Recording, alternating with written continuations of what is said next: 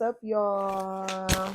Welcome back to Two Sides, One Story. Hope you guys have been off to a wonderful week. It is Monday, and this should be episode 8, I believe. So, I do want to say that again, we just have Chucky right over my head. I don't understand. Why does Chucky have to be in all of our videos? Question. Charles. I just don't understand. I mean, and then, God, this man. He ain't hurt He nobody. is. I feel like he gonna pop out of the box. Anyway, so he got a lot of Chucky merch, and then we just went to Horror Nights, and You want he stomach got out some again? more. Quit. He just got another popcorn bucket, so he driving me wild. But anyways, again, welcome back. Thank you guys for all of your support. We have absolutely just been over the moon. So we got some more questions for you guys. So let's see. I hope you guys was able to catch our live stream yesterday because we was outside. He was outside on So streets. that's why y'all gotta be on y'all P's and Q's. Y'all gotta make sure that y'all subscribing and y'all liking and y'all hitting that notification bell so y'all know when we going live. Cause you never know what we finna do. Know the game. For real. All right. So let's get into the first question. So someone asks, what inspired you to start your journey together? And how has your relationship evolved since then?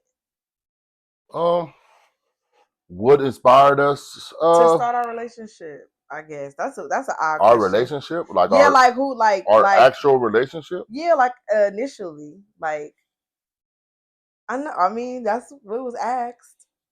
What inspired you? I guess. what Okay, what so what inspired us? Well, I mean, obviously we was attracted to each other.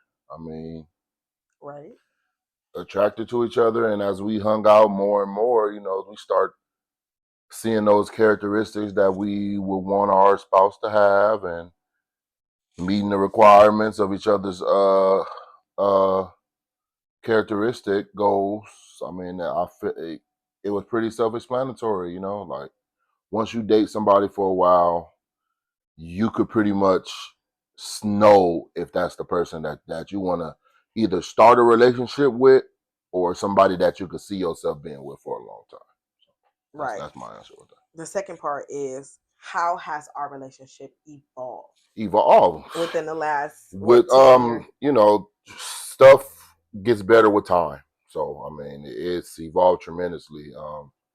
We started off as 24-year-old kids basically, and now we're 34-year-old adults, married adults with children. So Right. Married with kids. It takes time with anything. I mean, and the more time you spend with a person, and the more you go through with somebody, I mean, it strengthens everything, in my opinion. So Right. All right. So my answer to that question, what inspired our journey together? Just like Jay was saying, just we spent a lot of time dating. Well, not a lot. Again, like we said before, we were only dating 9 months. However, during those 9 months, we went on a lot of dates. We were strong. Like we used to be outside, and we really got to know each other. I even think like when we were dating, like it was like we may have had like a couple arguments like while we were dating. So I guess that helped us like understand like, okay, if you can see a person mad, like really, like really pissed off, and they still treat you with respect and they still treat you with love, then that is somebody that you should want to spend your life with, honestly. So I guess in those arguments, yeah, we argue, sometimes we disagree, but in that dating stage where we was just, talking, um, and hanging out, he still showed me that again, he had that willingness to say, okay, well, we argue, yeah, true enough, but then now what can we do to get better? How can we make things better?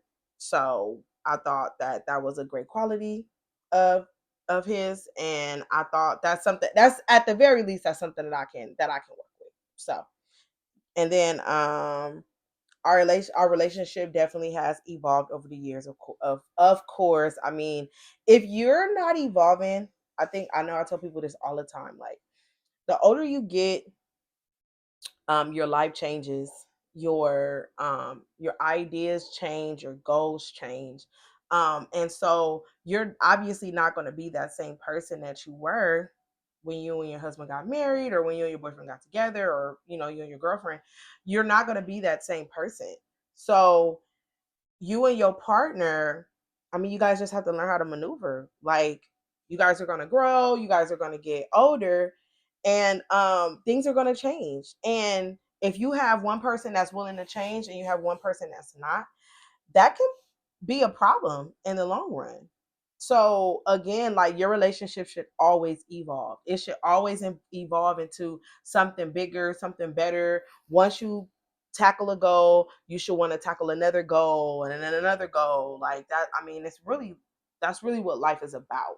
So you want to always be constantly evolving with your partner. We just maneuvering through life. So that's my answer. All right. Mhm. Now, um, how do you maintain a strong connection in the midst of daily responsibilities and stress? Um, I'll go for that one. For us, we talk a lot. Hence why we started this podcast. We do talk a lot. So, if we're ever having any issues, we do talk about it. We will talk it out. Even if we get into an argument and we're not talking right now, like the next day, like I'll hit him up and be like, okay, so you ready to talk now? Like, what's up? Or he'll do the same to me, like, or if apology needs to be had, like, that's definitely what we do. We try not to let, I guess, work and stuff, like our daily stressors, to like make us feel overwhelmed. And if we're feeling overwhelmed and we just need to take some time, then that's just what we'll do. But most of the time, again, work is work, home is home. Our responsibilities with the kids, yeah, we juggle that. Like I said, sometimes, Josh come home and he'd be like, hey, I'm no good to you today. I'm tired. I've been outside all day. I'm beat. I'm going to bed. And I handle things in the house, or vice versa. So, yeah, What was the question again? it was, how do you maintain a strong connection in the midst of daily responsibilities and stress? Um, Communication. You know, talking through those things before. Like, say for instance, like I work. I work in construction. Concrete, cement. So I'm out in the sun all day. So if I'm not in the mood to cook or not in the mood to, do anything, I let her know early so she could already know, so she ain't expecting nothing like, what we doing tonight? Because I ain't cooking nothing. I let her know ahead of time, so it won't be it won't be nothing to discuss when we get home. We already know either we gonna order something or we call it fend for yourself night.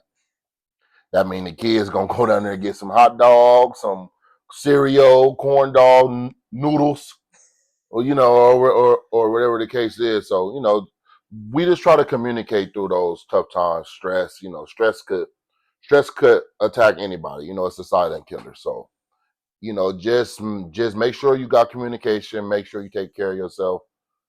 And I feel like the rest will take care of its own. Mm, You know. yeah. All right. Next question. What are some common relationship myths you've encountered, and how have you overcame them? Relationship myths, Yeah. like as far as some fairy tale shit. Yes. Oh man. That's his favorite. Bruh, Literally well, his favorite. I ain't gotta look no farther but home. I mean, when we first got together, this one here was, she thought it was some Beauty and the Beast type stuff, boy. Okay. Man, look here. Not Beauty and the I'm like, Beast. your expectations on what you think this about to be ain't about to be it. So the don't please. If that's what you expected all the time, you're gonna be in for a rude awakening, a lot of disappointment, and eventually she, you know, I'm I mean, I'm sure she knew that the stuff she was unrealistic. I mean, I'm And pretty but sure it you definitely know was. what? It definitely it definitely was, and eventually she eased up, and I mean, I feel like we turned out great the once she started living in the reality world, and not that man like most people live in the world. You grow up, you watch the Cinderellas and the Beauty and the Beasts and all the princess movies and the happily ever after movies, and they feel like that's the way the real world works. But when life hits you, life be life, and so I mean, it's not gonna be that all the time. Now, don't get me wrong, we'll have some moments where it is happily ever after moments, but on an everyday basis, I mean, I feel like that's a little far fetched. You know what? I will. I'm gonna go. I'm actually gonna go with the same thing because that was one of, I wouldn't say one of our biggest issues, but it was definitely something. So he calls it fairy tale. I wouldn't say fairy tale so much. It's just your expectations are really really high. Especially that of your partner. I mean, especially that you're, trying to spend your life with. However, sometimes you have to pivot and sometimes you have to maneuver. So that doesn't mean that I'm lacking anything or that I'm missing something because I'm not. I'm very very happy. It's just I guess when we first got together, it was really like again my expectations was through the roof. Okay, they were through the roof, and Josh was like, um, "I'm gonna need you to come on, float back down here because you're a little too high up." And again, sometimes it just takes somebody just being like, "All right, I need you to come back to reality," because that's not what it is. And then what I did learn is you create your own fairy tale, right? So you create the life that you want to live. If you need to show somebody how to love you, how somebody should talk to you, how somebody should treat you, then you should do those things. And I know sometimes as women, we just be like, man, we want them to read our minds, and I just why he don't know, like why he not doing this, why he not doing that, like he should already know, like I shouldn't have to say anything. But you know what, ladies, it's okay. Sometimes we just have to say something because I'm telling you, 9 times out of 10, they probably not even paying that no mind. So, again, you create the life that you want specifically for you, for your family, for you and your husband. So, I would say stay off social media. Um, Stop worrying about that. Okay, stop worrying about them people. They're only showing you the amazing parts of their relationship. They're not showing you the other stuff. And then once they come out and be like, "Oh my gosh, she was getting tossed around this whole time, and I didn't even know." That's because we need to learn how to mind our business and stay in our lane and fix our relationships, our marriages, so that you again you create the fairy tale that you like. So again, that was a common myth for us in our in our early years. Now I mean now I feel like we kind of got it down pat. So yeah. All right, moving on. So the next one is, how do you keep clear communication effective, especially during disagreements? um I feel like that's impossible. who Yeah, so who gave me this question? I'm gonna go ahead and be honest about that. If you're already at a not, I wouldn't say at odds, that's a bad word. If you're already A 10. disappointed and at a 10 in the conversation that y'all already had, I feel like ain't nothing gonna get handled during that time. I mean, unless you one of them timid and do whatever your spouse say people.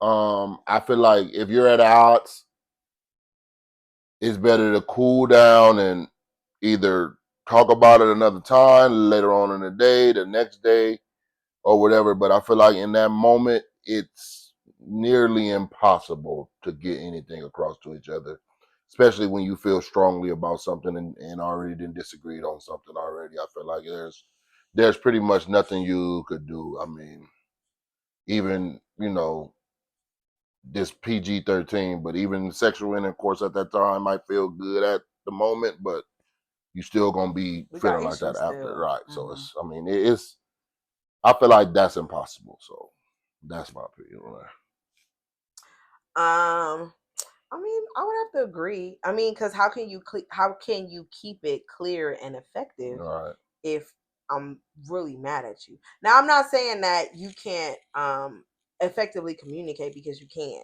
but I would say during a disagreement, well, you know what? I guess if I take a spin on it, because the question says a disagreement and maybe not an argument, but that depends, because disagreements sometimes do turn into arguments. So I guess you would have to really gauge how that conversation is going to determine if it's going to be effective or not. Because honestly, it's really not going to be effective if you guys are disagreeing and it turns into an argument and you guys are just going back and forth. Like I said, Josh will be like, all right, well, either we're going to table it or we're going to agree to disagree. You pick. And 9 times out of 10, I hate to agree to disagree. But you also have to know that sometimes it's okay that your partner doesn't think the same way that you do. It's okay. It's okay that your partner doesn't, hop, skip, and jump when you say to do so. Like we said in the previous video, if y'all agree with everything every time, somebody lying. Something wrong, right? Now, I'm not Somebody lying. saying that you completely just disagree all the No, time I'm about just every I'm just single saying, like, thing. if it's a whoopty woo woo, like if you ask me something, oh yeah, that's cool every time, I know. and y'all never had a disagreement Something about going on. anything. Somebody either trying to keep the peace and they not gonna say nothing, right? And they just letting or it just they go just on. flat out lying. So Because and there's no way. and we've noticed, like, when we do that, it just sets us up for a bigger blow up later on down the line, because we've been Over holding it something so much time. So. small. Over something small, because we didn't want to say anything because things were just really good, and it's like, dang, if I say this one thing, I know it's gonna piss him off, or I know it's gonna rub her the wrong way, so I'm not gonna say it.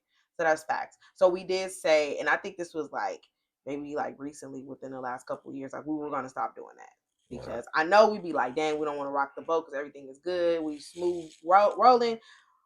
But sometimes things just need to be said, and it should be said in a space where you're cool, calm, and we can have a conversation about it, and you could just tell me how you feeling, X, Y, and Z.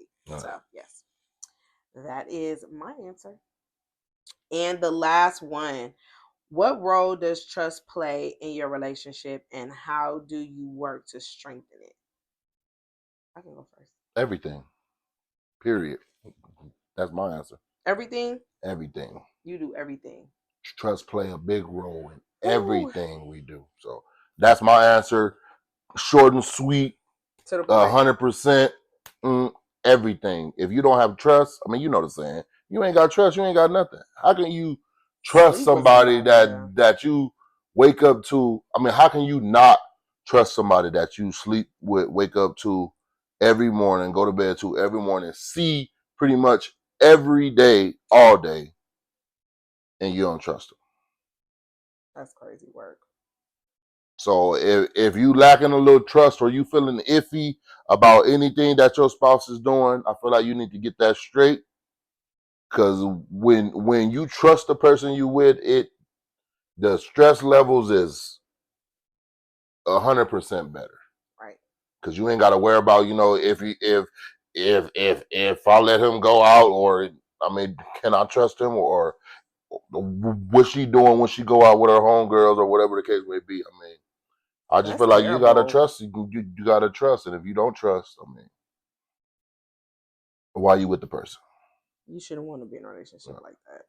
That's Uh, terrible. That's a terrible thought, to so go to bed everything. That's my answer. at night knowing that the person you lay next to is playing in your face. Now, I really don't know what it is, when it comes to people. I'll say women and men. But if you know that somebody is playing in your face, and again, obviously if you can't trust them, they obviously doing some sneaky something behind your back. If you can't trust somebody what are we doing? What are we doing? You should be able to trust your spouse with your life. What are we doing? So again, trust is everything. And again, these should be questions that you guys are asking at the very, very beginning. Like, what are your non-negotiables? Like, Right. we don't play that. Like, when it comes to lying, when it comes to cheating, like those are like no goes for us. And like we established that at the very, very, very, very, very beginning. Like, these are no goes for us. We will not be doing this. This is no. Hell no. So yes. Trust is absolutely everything. And that is my answer, guys. So yeah, that's all we got for y'all for this episode, guys. Like, comment, subscribe, hit that notification bell, share the video, Please share the video, and we'll see y'all on the next one. All right, y'all. Peace. Bye.